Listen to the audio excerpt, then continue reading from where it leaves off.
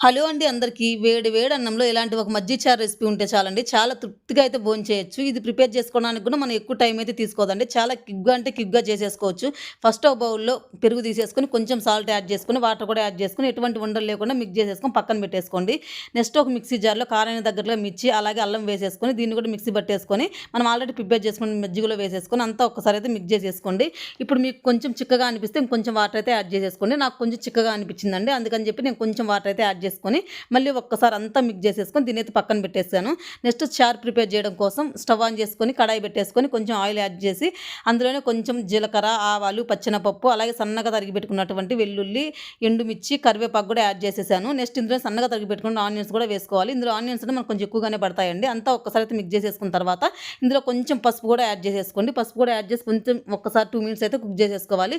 ఇందులో ఈ చారు రెసిపీకి మన ఆనియన్స్ అనేది ఎక్కువ ఫ్రై అవ్వాల్సిన అవసరం లేదండి. కొంచెం ఇలా పచ్చి పచ్చిగా ఉంటేనే మనకు టేస్ట్ అనేది మధ్యలో తగులుతూ చాలా బాగుంటుంది.